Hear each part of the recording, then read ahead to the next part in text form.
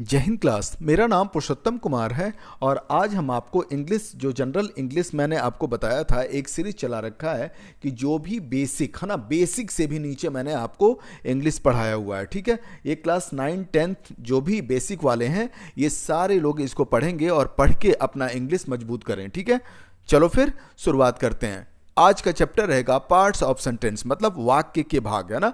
Parts of sentence मतलब वाक्य के भाग। तो प्रत्येक सेंटेंस वाक्य के दो भाग होते हैं। प्रत्येक सेंटेंस के दो भाग होते हैं। कौन कौन सा?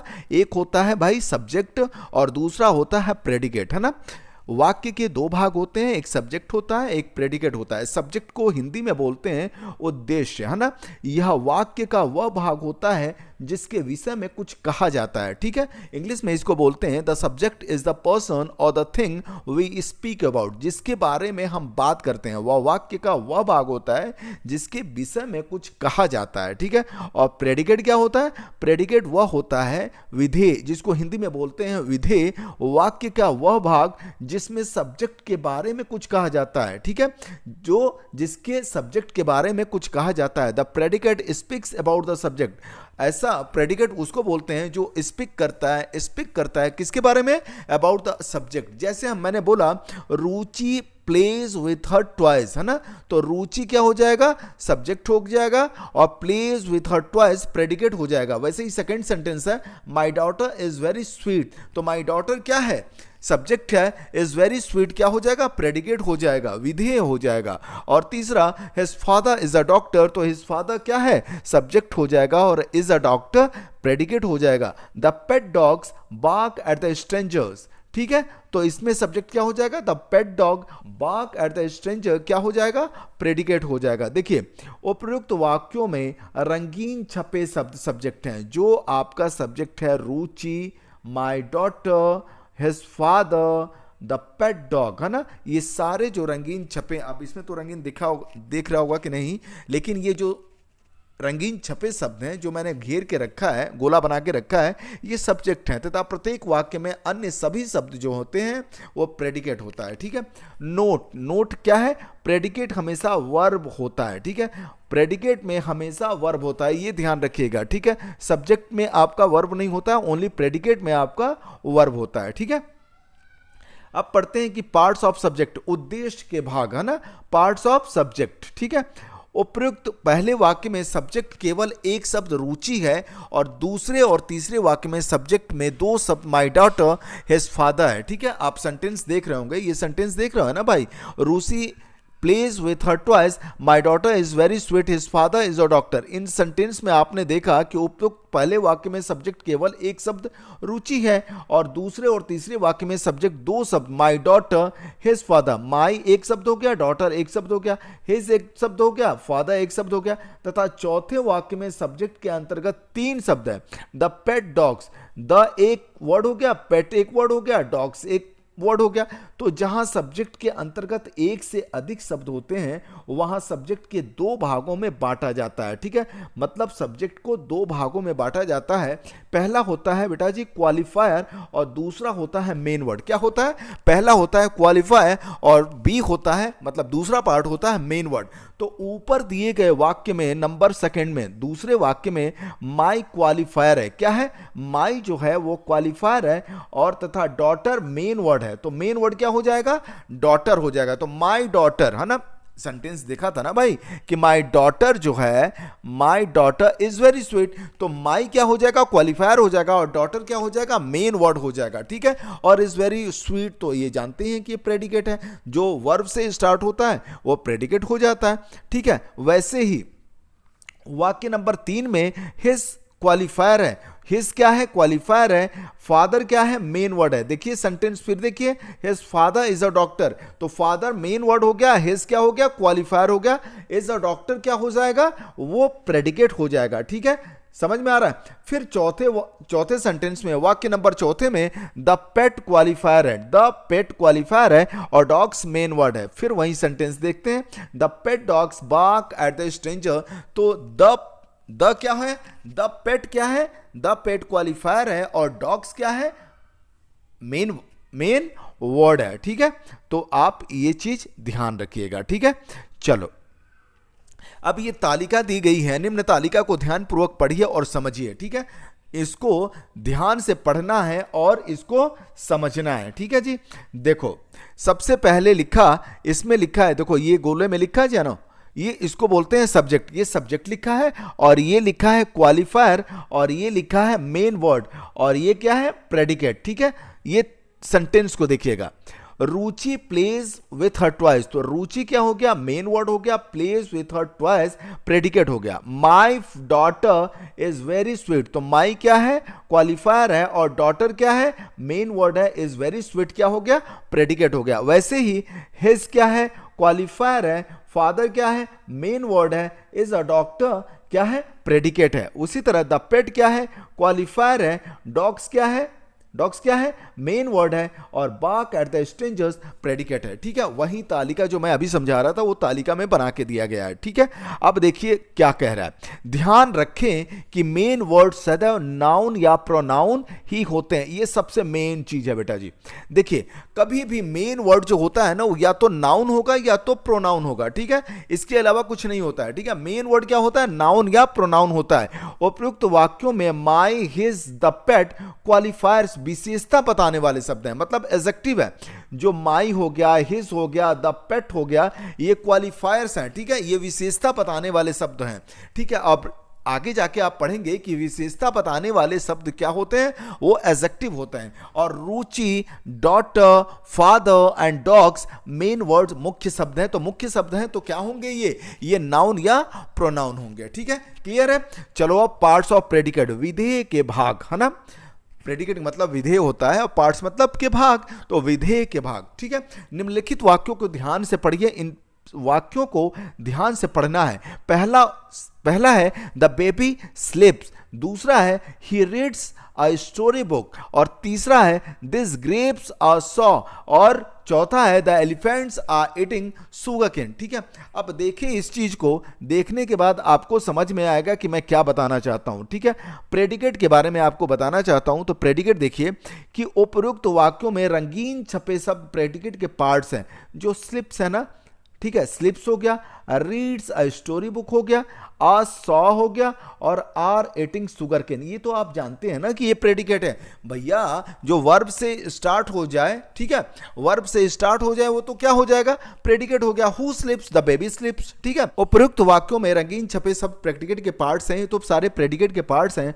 वाक्य नंबर 1 में प्रेडिकेट केवल एक शब्द स्लिप्स है, ठीक है। उसमें आपका जो पहला सेंटेंस है उसमें एक शब्द स्लिप्स है जो वर्ब है, जो क्या है क्रिया है, वर्ब है। वाक्य नंबर 2 में प्रेडिकेट के अंतर्गत 3 शब्द है, रीड्स अ स्टोरी बुक, इसमें 3 शब्द है, देखा, रीड्स एक स्टोरी बुक एक, है ना, तो 3 शब्द हैं जिनमें रीड्स क्या है वर्ब है, इसमें क्या है रीड्स एक वर्ब है, और अ स्टोरी बुक क्या है ऑब्जेक्ट है, क्या है ऑब्जेक्ट है। वाक्य नंबर 3 में प्रेडिकेट के अंतर्गत 2 शब्द हैं, आ सॉ, ठीक है, तो और एक शब्द और सॉर एक शब्द, ठीक है, जिनमें आर जो क्या है वर्ब है और सॉ क्या है कॉम्प्लीमेंट है, ठीक है। वाक्य नंबर 4 में प्रेडिकेट के अंतर्गत 3 शब्द आर ईटिंग शुगर केन, जिनमें आर ईटिंग क्या है वर्ब है तथा शुगर केन ऑब्जेक्ट है, ठीक है। इतना क्लियर हुआ कि वर्ब ऑब्जेक्ट और कॉम्प्लीमेंट, ठीक है, ये तीनों चीज आपने समझ गए, ठीक है। इस प्रकार हम देखते हैं कि प्रेडिकेट का मुख्य भाग वर्ब होता है, अन्य शब्दों को ऑब्जेक्ट या कॉम्प्लीमेंट के रूप में प्रयोग किया जाता है। मतलब कहने का कि इस प्रकार हम देखते हैं कि प्रेडिकेट का मुख्य भाग जो होता है वो वर्ब होता है, ठीक है। वर्ब के बाद जो भी अन्य शब्द होते हैं या तो वो ऑब्जेक्ट होंगे या तो वो कॉम्प्लीमेंट होंगे, इसी के रूप में प्रयोग किया जाता है। तो मेन चीज प्रेडिकेट में आपको वर्ब देखना होता है, ठीक है जी। अब निम्न तालिका को ध्यानपूर्वक पढ़िए और समझिए, ठीक है। ये है सब्जेक्ट, ये है प्रेडिकेट, ये है क्वालिफायर, ये है मेन वर्ड, ये है वर्ब, और ये है ऑब्जेक्ट कॉम्प्लीमेंट, ठीक है। ऑब्जेक्ट ऑब्लिक कॉम्प्लीमेंट, या तो ऑब्जेक्ट या तो कॉम्प्लीमेंट। जैसे मैंने पहला सेंटेंस देखा था द बेबी स्लिप, तो द क्या है, अरे भाई who slips, the baby slip, तो ये सब्जेक्ट हो जाएगा द बेबी, बेबी क्या हो जाएगा मेन वर्ड हो जाएगा, द क्या हो जाएगा क्वालिफायर हो जाएगा, वर्ब क्या है स्लिप्स, ठीक है, तो स्लिप्स वर्ब हो गया, तो क्या हो गया, प्रेडिकेट हो गया। उसी तरह लिखा sentence he reads a story book, ठीक है, तो इसमें देखा who reads a story book, तो ही क्या हो जाएगा, सब्जेक्ट हो जाएगा, रीड्स क्या हो जाएगा, वर्ब हो जाएगा, और अ स्टोरी बुक क्या हो जाएगा, ऑब्जेक्ट हो जाएगा, ठीक है। ही रीड्स व्हाट, तो he reads a story book, तो ऑब्जेक्ट आ जाएगा, ठीक है। मतलब कहने का कि आपको प्रेडिकेट्स के बाद, जब वर्ब के बाद जो भी चीज लिखा रहेगा भाई वो प्रेडिकेट हो गया, ठीक है बेटा जी। अब नेक्स्ट आया दीज ग्रेप्स आर सॉ, तो दीज क्या हो जाएगा, क्वालिफायर हो गया, ग्रेप्स क्या हो गया, मेन वर्ड हो गया, आर क्या हो गया, वर्ब हो गया, और सॉ क्या हो गया, कॉम्प्लीमेंट, ठीक है। ये क्या हो गया, कॉम्प्लीमेंट कर रहा है कि ग्रेप्स कैसा है, सॉर है, खट्टा है, ठीक है, तो ये कॉम्प्लीमेंट हो गया, ठीक है। अगर आगे जाके मैं आपको बताऊंगा, अभी तो बता नहीं पाऊंगा, लेकिन इस वीडियो में तो नहीं बताया हूं, लेकिन अपने मैं क्लास में जो आपके इंग्लिश बाय पुरुषोत्तम सर वाले क्लास में आपको 1-2 नंबर का वीडियो देखेंगे तो उसमें मैंने बताया हुआ है कि लिंकिंग वर्ब क्या होता है, उसमें आपको क्लियर मिलेगा कि कॉम्प्लीमेंट क्या होता है, ठीक है, कॉम्प्लीमेंट क्या होता है, ऑब्जेक्ट क्या होता है, ठीक है। यहां पे थोड़ा सा बेसिक से भी बेसिक नीचे कर रहा हूं, ठीक है, इस वजह से यहां पे कॉम्प्लीमेंट अभी नहीं बताऊंगा आपको। कॉम्प्लीमेंट अगर जानना हो तो तीसरे चौथे वीडियो में आप चले जाना, वहां पे देख लेना, ठीक है, जो शुरुआत के वीडियोज हैं, ठीक है। तो these grapes are sour, complement का मतलब होता है भाई पूरा करना, ठीक है। ग्रेप्स के बारे में क्वालिफाइंग करता है कि द ग्रेप्स कैसा है, तो सॉ है, ठीक है, तो वो खट्टा है, तो इसको क्या कर रहा है, कॉम्प्लीमेंट कर रहा है, तो ये ग्रेप्स क्या हो जाएगा, ग्रेप्स हो जाएगा आपका मेन वर्ड, आर क्या हो गया, वर्ब, और सॉ क्या हो जाएगा, प्रेडिकेट। यहां पे फोकस मेरा है प्रेडिकेट बताना, तो वर्ब के बाद जितना सारा चीज लिखा रहेगा वो क्या हो जाएगा, आपका प्रेडिकेट हो जाएगा, ठीक है, क्लियर है। अब आया the elephants are eating sugar cane, the क्या हो जाएगा, क्वालिफायर, और एलिफेंट्स क्या हो जाएगा, मेन वर्ड, और आर ईटिंग क्या है गया, वर्ब के बाद जितने सारा चीज लिखा रहेगा, आर ईटिंग सुगर केन क्या हो जाएगा, प्रेडिकेट हो जाएगा। प्रेडिकेट को डिवाइड करके बता दिया है कि आर ईटिंग वर्ब है और सुगर केन क्या हो जाएगा, ऑब्जेक्ट हो जाएगा, क्लियर है। इसलिए अब आपको एक्सरसाइज 4 करना है। निम्नलिखित वाक्य किस प्रकार के हैं लिखना है। ओपन द विंडो, कौन सा, किस प्रकार का वाक्य है, went there, may I go there, Mahesh is not sleeping, do not tell a lie, hurrah we have won the match, be kind to all, how old are you, I did not go there, please come in. ये सारा आपको sentence बताना है कि ये वाक्य, ये sentence किस प्रकार के हैं, ठीक है, कौन सा सेंटेंस है, ठीक है, समझ में आ रहा है ना, असर्टिव है कि इंट्रोगेटिव है कि इंपरेटिव है, ठीक है। आप अपने हिसाब से इसको एक्सरसाइज को कर लेंगे।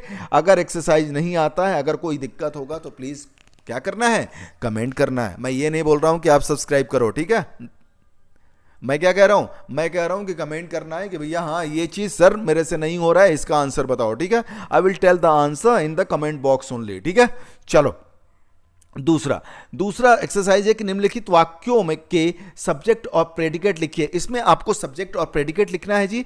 आई एम हियर, ठीक है, इसमें सब्जेक्ट क्या है, प्रेडिकेट क्या है, ही रैन फास्ट, इसमें सब्जेक्ट क्या है, प्रेडिकेट क्या है। उसी तरह ही वॉज स्लीपिंग, उसी तरह चौथा सीता सिंग्स अ सॉन्ग, उसी तरह पांचवा माई डॉग इज ब्लैक, 6 है he was a good doctor, और 7वां है madam is reading a novel, और 8वां है तनु इज माई बेस्ट फ्रेंड। इसमें क्या करना है बेटा जी, इसमें आपको सब्जेक्ट प्रेडिकेट करना है, ठीक है। आई क्या है, सब्जेक्ट है, एम हियर, अरे एम क्या है, वर्ब है, तो वर्ब के बाद जितने सारे चीज लिखा रहेगा क्या रहेगा बेटा जी, प्रेडिकेट हो जाएगा, काम खत्म, ठीक है। ही रैन फास्ट, ठीक है, अब सारा चीज तो बताना ठीक नहीं रहेगा, ठीक है। चलो एक्सरसाइज कर लेना बेटा जी, ठीक है।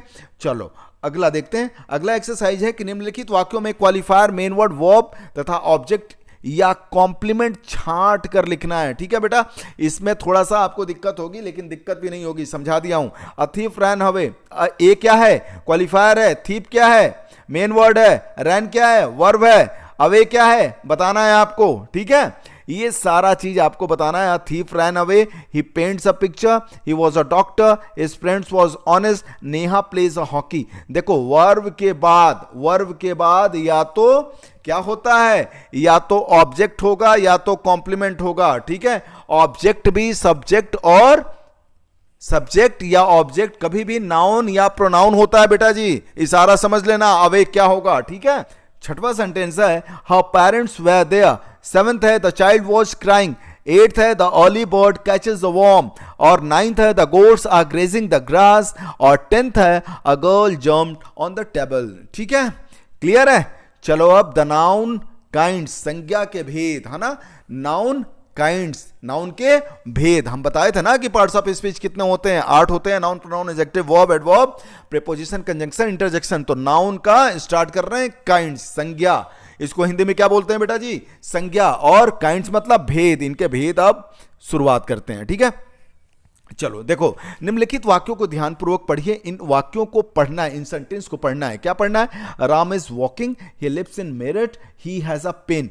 उपयुक्त वाक्यों में राम, मेरठ तथा पेन शब्द क्रमशः व्यक्ति, स्थान या वस्तु का बोध कराते हैं। देख लो, राम क्या? नाम, मेरठ क्या? नाम, और अरे व्यक्ति का नाम राम, और मेरठ किसका? स्थान का नाम, और वस्तु का नाम पेन। आ गया ना? तो अतः यह शब्द नाउन संज्ञा है। परिभाषा क्या है? Noun is the name of a person, a place और अ थिंग। किसी व्यक्ति, स्थान या वस्तु के नाम को संज्ञा कहते हैं, ठीक है। क्लियर है? अब देखते हैं कि काइंड्स ऑफ नाउन, संज्ञा के भेद। संज्ञा कितने प्रकार के होते हैं भाई? अगर कोई पूछेगा, even anyone ask you that how many types of noun, then you have to give the answer there are 5 types of noun. तो संज्ञा के 5 भेद होते हैं। पहला है प्रॉपर नाउन, दूसरा है कॉमन नाउन, तीसरा है कलेक्टिव नाउन, चौथा है मटेरियल नाउन, और पांचवा है एब्स्ट्रैक्ट नाउन, ठीक है। तो प्रॉपर नाउन के बारे में पढ़ेंगे, ठीक है। प्रॉपर नाउन को हिंदी में क्या बोलते हैं बेटा जी? व्यक्तिवाचक संज्ञा। यहीं से क्लियर हो जाएगा, व्यक्तिवाचक संज्ञा मतलब कहने का कि जिन शब्दों में किसी विशेष व्यक्ति या स्थान का बोध होता है, ध्यान से सब पढ़िएगा, उन्हें प्रॉपर नाउन, व्यक्तिवाचक संज्ञा कहते हैं। मतलब कहने का कि proper nouns are the names of a particular person of places. अगर किसी व्यक्ति, विशेष व्यक्ति या स्थान का नाम का बोध होता है तो समझ जाइएगा बेटा जी कि ये प्रॉपर नाउन है। निम्नलिखित उदाहरणों को ध्यानपूर्वक पढ़िए, पढ़ना है इनको उदाहरण को। पहला है Mohan is a good boy, second है Delhi is a big city, और तीसरा है इंडिया इज माय कंट्री। तो उपयुक्त वाक्यों में मोहन एक विशेष लड़के का नाम है। अगर मैंने बोला कि Mohan is a good boy तो मोहन ही अच्छा लड़का है। अगर मैं बोला Sohan is a good boy तो सोहन ही अच्छा लड़का है। समझ में आ रहा है? अगर मैंने बोला दिल्ली एक विशेष शहर, स्थान का नाम है, अगर मैंने बोला कि Delhi is a big city, ठीक है। अगर मैंने बोला Bangalore is a big city तो बैंगलोर के बारे में बात हो रही है, तो किसी विशेष स्थान के बारे में बात हो रही है। समझ में आ रहा है? इंडिया एक विशेष देश का नाम है, तो अतः यह प्रॉपर नाउन है। इंडिया इज माई कंट्री, ठीक है। तो इंडिया क्या हो जाएगा? एक विशेष देश का नाम है, ठीक है। तो ये सारे जो विशेष व्यक्ति या स्थान के नाम होते हैं वो प्रॉपर नाउन होते हैं, तथा प्रॉपर नाउन का पहला अक्षर सदैव कैपिटल लेटर, बड़े अक्षर में होता है, ठीक है। बच्चे ध्यान से सुनियो, जब भी प्रॉपर नाउन लिखते हैं ना बेटा, तो उसका पहला अक्षर हमेशा बड़े अक्षर में लिखो, मतलब कैपिटल लेटर में लिखो, ठीक है। चलो अब कॉमन नाउन देखते हैं बेटा। कॉमन नाउन क्या होता है बेटा? कॉमन नाउन होता है जातिवाचक संज्ञा। मतलब क्या? जिन नाउन संज्ञा शब्दों से एक ही जाति के प्रत्येक व्यक्ति, स्थान या वस्तु का बोध होता है, अर्थात जिनका सामान्य रूप से प्रयोग होता है, उन्हें कॉमन नाउन जातिवाचक संज्ञा कहते हैं। मतलब कहने का, मान लो मैंने बोला मैन, तो मैन मतलब आदमी, तो एक पूरी जाति का बोध हो रहा है। लेकिन किसी मैन का नाम मैंने लिया, क्या लिया? राहुल, तो राहुल किसी व्यक्ति का नाम है, किसी मैन का नाम है, तो राहुल क्या हो जाएगा? प्रॉपर नाउन हो जाएगा। लेकिन मैन क्या है बेटा? मैन कॉमन नाउन हो जाएगा। एक ही जाति के प्रत्येक व्यक्ति या स्थान, अगर मैंने बोला स्थान सिटी कोई भी सिटी, ठीक है, एक ही जाति का बोध हो गया। लेकिन अगर मैंने बोला मैड्रास, अरे चेन्नई बोल दिया, तो किसी स्थान का नाम हो जाएगा, किसी जगह का नाम हो जाएगा। समझ में आ रहा है? तो ये सारी जो चीजें हैं ना, अगर किसी विशेष नहीं, जिन नाउन शब्दों से एक ही जाति के प्रत्येक व्यक्ति, स्थान या वस्तु का बोध होता है, तो वो कॉमन नाउन कहलाता है। अब अंग्रेजी में बोल देते हैं कि common noun is the name given to any person, place और thing in common, it does not point out a particular person, place और थिंग, ठीक है। चलो देखो अब उदाहरण देखते हैं। उदाहरण क्या है कि निम्नलिखित उदाहरणों को ध्यानपूर्वक पढ़िए, निम्नलिखित उदाहरणों को ध्यानपूर्वक पढ़ना है, ठीक है। पहला है the boy is going to school, the boy is going to school. देखो बॉय और स्कूल, ठीक है। अब दूसरा, ही हैज अ बुक, ठीक है। उपयुक्त वाक्यों में बॉय, स्कूल, बुक संज्ञा शब्दों का प्रयोग सामान्य व्यक्ति, स्थान या वस्तु के लिए किया गया। देख रहे हो, बॉय, किसी भी बॉय, कोई भी बॉय, एक जाति का नाम हो गया, ठीक है, बॉय। लेकिन अगर बॉय का नाम रहेगा अरे कोई नाम रख लिए क्या, ऋतिक नाम लिख लिए बॉय का, तो बॉय क्या हो जाएगा कॉमन नाउन, और ऋतिक क्या हो जाएगा प्रॉपर नाउन। स्कूल, स्कूल क्या हो जाएगा, एक ही विशेष जाति का बोध है, तो अब क्या करेंगे स्कूल कॉमन नाउन। लेकिन अगर स्कूल का नाम मैंने लिख दिया पाइनवुड, तो पाइनवुड हो जाएगा। Gauri Shankar Indrapal Singh inter college school का नाम है, तो स्कूल क्या हो जाएगा, स्कूल का नाम गौरी शंकर इंद्रपाल सिंह इंटर कॉलेज क्या हो जाएगा, ये हो जाएगा आपका प्रॉपर नाउन, लेकिन स्कूल कॉमन नाउन हो जाएगा। वैसे ही बुक, बुक क्या है, बुक एक विशेष जाति का बोध है, नहीं एक कॉमन जाति का, एक जाति का बोध है, तो बुक क्या हो जाएगा कॉमन नाउन, लेकिन बुक का नाम रामायण महाभारत, ठीक है, तो ये क्या हो जाएंगे, क्या हो जाएंगे, ये प्रॉपर नाउन हो जाएगा। क्लियर है, तो अतः ये कॉमन नाउन है। ठीक है, चलो अब बेटा अब देखते हैं कलेक्टिव नाउन। कलेक्टिव नाउन क्या बोलते हैं बेटा, इसको बोलते हैं हिंदी में समूहवाचक संज्ञा। जिन संज्ञा शब्दों में से किसी समूह का बोध होता है, ठीक है, उन्हें कलेक्टिव नाउन समूहवाचक संज्ञा कहते हैं। अरे भाई समूह देखते हो ना, अरे गांव में क्या चलता है, समूह हम चला रहे हैं, उसमें कुछ लोग पैसे जमा करते हैं, क्या करते हैं, एक साथ 3-4-10 लोग इकट्ठा हो जाते हैं और अपना अपना पैसा इकट्ठा करके डालते हैं, ठीक है, उसको समूह कहते हैं कि हम समूह चला रहे हैं। मतलब क्या कि वैसा शब्द जिन संज्ञा शब्दों से किसी समूह का बोध होता है उसे कलेक्टिव नाउन कहते हैं। कलेक्ट, ठीक है, कलेक्ट, कलेक्टिव नाउन, ठीक है। Collective noun stands for a collection of a person. क्या होता है, कलेक्शन ऑफ पर्सन, एनिमल्स और थिंग्स, उसको क्या बोलते हैं, समूहवाचक संज्ञा बोलते हैं, उसी को कलेक्टिव नाउन बोलते हैं। ठीक है, चलो जैसे मैंने उदाहरण देखते हैं, निम्नलिखित उदाहरणों को ध्यानपूर्वक पढ़िए। आर्मी फॉट ब्रेवली, आर्मी, ठीक है, आर्मी क्या है, ये कलेक्टिव नाउन है। He reads in the class, class क्या हो जाएगा, कलेक्टिव नाउन। उपयुक्त वाक्यों में आर्मी तथा क्लास से समूह का बोध होता है। कैसे समूह का बोध होता है, अतः ये शब्द कलेक्टिव नाउन समूहवाचक संज्ञा। आर्मी मतलब बहुत लोग रहते हैं बेटा, वर्दी पहन के जाते हैं, उनको क्या बोलते हैं, आर्मी, ठीक है। क्लास में बहुत सारे, क्लास में बहुत सारे बच्चे रहते हैं, क्लास क्या होता है, कलेक्टिव नाउन। ठीक है, क्लियर है। चलो अब चौथा देखते हैं मटेरियल नाउन। मटेरियल नाउन क्या होता है बेटा, धातु पदार्थवाचक संज्ञा। ठीक है, जिन, नाम से ही क्लियर हो जाएगा कि जिन संज्ञा शब्दों से किसी धातु अथवा पदार्थ का बोध होता है, अर्थात जो धातुएं या पदार्थ किसी अन्य चीज के निर्माण में सहायक हैं, उन्हें मटेरियल नाउन धातु पदार्थवाचक संज्ञा कहते हैं। मतलब क्या कि noun that refer to a material, noun that refer to a material और कॉल्ड मटेरियल नाउन्स।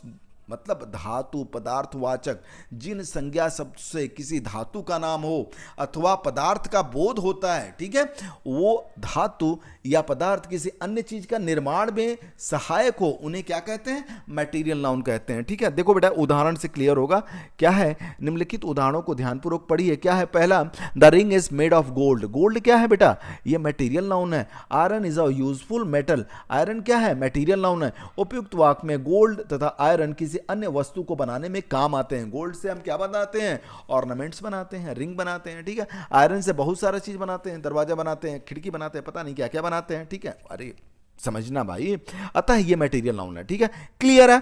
चलो अब एब्स्ट्रैक्ट नाउन। एब्स्ट्रैक्ट नाउन क्या होता है बेटा, भाववाचक संज्ञा। हिंदी में क्या बोलते हैं, भाववाचक संज्ञा। जो संज्ञा शब्द किसी गुण या भाव या अवस्था का बोध कराते हैं, उन्हें एब्स्ट्रैक्ट भाववाचक संज्ञा कहते हैं। मतलब क्या कि noun that refers to a quality, जो क्वालिटी का कोई गुण बता रहा है, एन एक्शन, किसी एक्शन को बता रहा है, ठीक है, या स्टेट, या किसी स्टेट के बारे में बताता है, is called an abstract noun. मतलब अवस्था बताता है, भाव बताता है, गुण बताता है, ठीक है, तो क्या कहलाता है, एब्स्ट्रैक्ट नाउन कहलाता है। निम्नलिखित उदाहरणों को ध्यानपूर्वक पढ़िए। अब ध्यानपूर्वक पढ़ते हैं भाई। Honesty is the best policy, ठीक है, तो ऑनेस्टी क्या हो जाएगा, एब्स्ट्रैक्ट नाउन हो गया। दूसरा है bravery is the quality of a soldier. Bravery quality होता है सोल्जर का, तो ब्रेवरी क्या हो जाएगा, ब्रेवरी क्या हो जाएगा भाई, तो ये एब्स्ट्रैक्ट नाउन हो गया। क्या हो गया कि उपरोक्त वाक्यों में ऑनेस्टी तथा ब्रेवरी शब्द गुण प्रकट करते हैं। किसकी क्वालिटी बता रहा है बेटा, सोल्जर की क्वालिटी बता रहा है ब्रेवरी, और ऑनेस्टी एक क्वालिटी का नाम है, अतः यह एब्स्ट्रैक्ट नाउन भाववाचक संज्ञा है। अब देखना, एब्स्ट्रैक्ट नाउन को सिर्फ फील किया जा सकता है, देखा या छुआ नहीं जा सकता। अगर मैं बोलूंगा कि ऑनेस्टी को छू लो, तो ऑनेस्टी को छू लोगे बेटा, नहीं छू लोगे। आदमी को छू लोगे, ऑनेस्टी को थोड़े छू लोगे। समझ में आ रहा है, कुत्ता ऑनेस्ट होता है अपने मालिक के प्रति, तो कुत्ते को छूओगे ना, ऑनेस्ट को थोड़े छूओगे। समझ में आ रहा है, क्लियर है। वैसे ही ब्रेवरी, सोल्जर को छू सकते हो, ब्रेवरी को थोड़े छू सकते हो। तो एब्स्ट्रैक्ट नाउन को सिर्फ फील किया जा सकता है, यू कैन ओनली फील बेटा, ठीक है, आप महसूस कर सकते हो, देख नहीं सकते और छू नहीं सकते, ठीक है, एब्स्ट्रैक्ट नाउन को, ठीक है। चलो अब देखते हैं काउंटेबल और अनकाउंटेबल नाउन। एक होता है, नाउन को डिफाइन किया जा सकता है काउंटेबल और अनकाउंटेबल नाउन्स के, गणनीय और अगणनीय संज्ञा। मतलब काउंटेबल मतलब जो गणना किया जा सकते, अनकाउंटेबल जो अगणनीय है, जिसको काउंट नहीं किया जा सकता। आजकल कॉमन नाउन के काउंटेबल नाउन, आजकल कॉमन नाउन के काउंटेबल नाउन तथा अनकाउंटेबल नामक दो भेद माने जाते हैं। कॉमन नाउन के काउंटेबल नाउन, अनकाउंटेबल नाउन के नामक दो भेद बताए जाते हैं। किसके? कॉमन नाउन के। काउंटेबल नाउन क्या होता है? जिस संज्ञा की गणना गिनती की जा सकती है वो काउंटेबल नाउन कहलाता है। A countable noun is an object that we can count. नाम से ही क्लियर है यार, जो काउंट कर सकते हैं उसको हम काउंटेबल कहेंगे। जैसे मैंने बोला कृष्णा इज राइटिंग लेटर्स, तो लेटर्स क्या है बेटा? लेटर्स क्या है? इसको गिन सकते हैं हम, तो क्या कहेंगे? काउंटेबल नाउन, ठीक है। ही सोल्ड हिज बुक्स, बुक्स क्या है? क्या है? बुक को काउंट कर सकते हैं, तो बुक्स क्या हो जाएगा? काउंटेबल नाउन हो गया। उपयुक्त वाक्यों में प्रयुक्त क्या? प्रयुक्त लेटर्स तथा बुक्स काउंटेबल नाउन है, क्योंकि इनकी गणना की जा सकती है। क्लियर है? उसी तरह काउंटेबल नाउन का प्रयोग सिंगुलर एक वचन तथा प्लूरल बहुवचन दोनों प्रकार से किया जा सकता है। देखो ये कॉमन सेंस की बात है। देखो बेटा, जो चीज आप काउंट कर सकते हो उसको सिंगल यूज करो या चाहे एक से अधिक बार यूज करो। मतलब कहने का कि काउंटेबल नाउन का प्रयोग सिंगुलर में भी किया जा सकता है और प्लूरल में भी किया जा सकता है। मतलब उसका सिंगुलर भी बना सकते हैं, प्लूरल बना सकते हैं। जैसे बॉय का बॉयज, डॉग का डॉग्स, चेयर का चेयर्स, नाइफ का नाइफ्स। समझ में आ रहा है? तो उसको हम क्या कर सकते हैं? सिंगुलर और प्लूरल दोनों में इसको चेंज किया जा सकता है, उसको दोनों प्रकार से यूज किया जा सकता है। ठीक है, चलो अनकाउंटेबल नाउन। अनकाउंटेबल नाउन क्या है?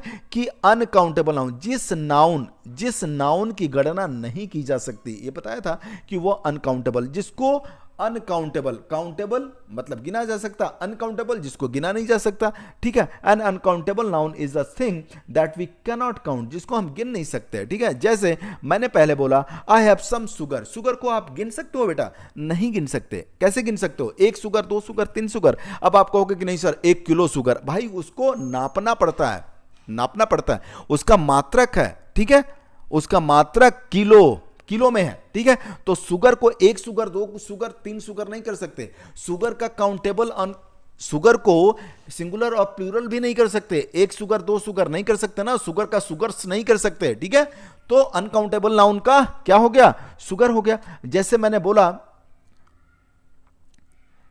बोला टैगोर लव्ड आर्ट। आर्ट को हम क्या कर सकते हैं? आर्ट जो है उसको हम कर सकते हैं, आर्ट का आर्ट्स नहीं कर सकते। ठीक है, आर्ट का आर्ट्स नहीं कर सकते। आर्ट क्या हो जाएगा?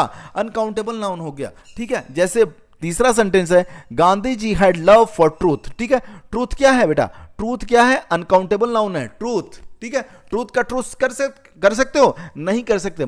जब हम गिन ही नहीं सकते तो सिंगुलर प्लूरल कैसे कर सकते हैं? ठीक है, वैसे ही माई कैट ड्रिंक मिल्क।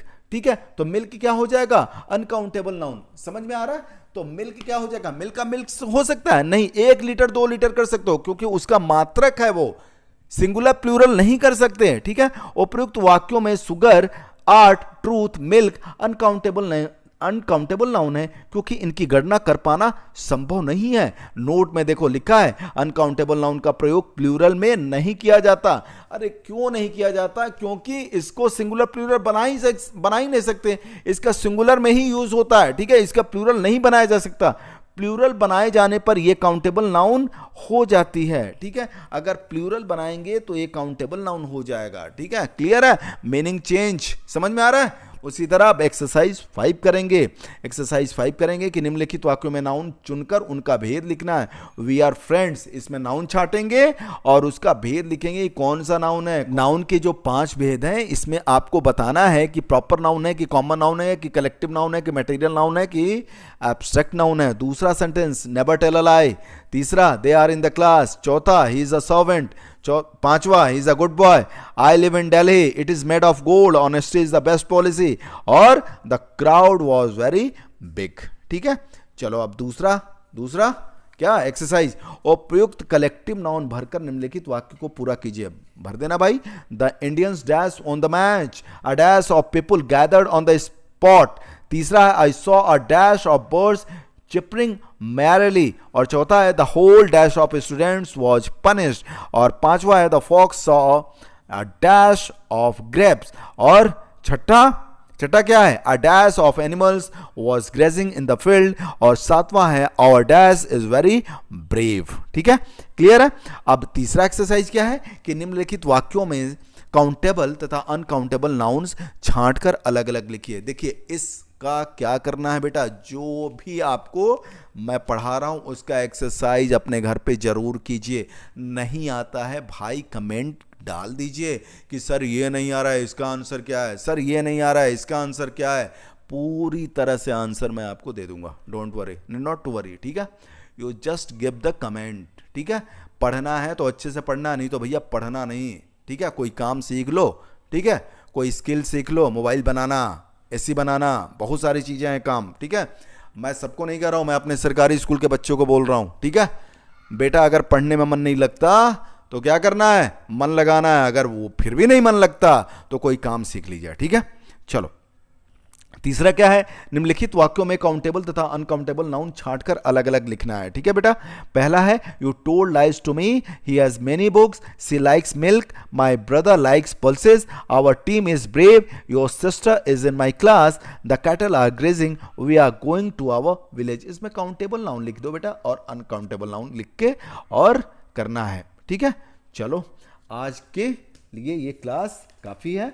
अब अगला क्लास में हम आपको बताएंगे, ठीक है, अगले क्लास में हम बताएंगे द नाउन नंबर। ठीक है, नंबर अभी बता रहा था ना, सिंगुलर प्लूरल, उसके बारे में सारा चीज मैं आपको बताऊंगा। ठीक है, उम्मीद कर रहा हूं कि बेटा अच्छा लग रहा होगा। अगर अच्छा लग रहा होगा तो रिवीजन पे रिवीजन और एक्सरसाइज प्लीज कर लेना बेटा। ठीक है, चलो थैंक यू सो मच, जय हिंद।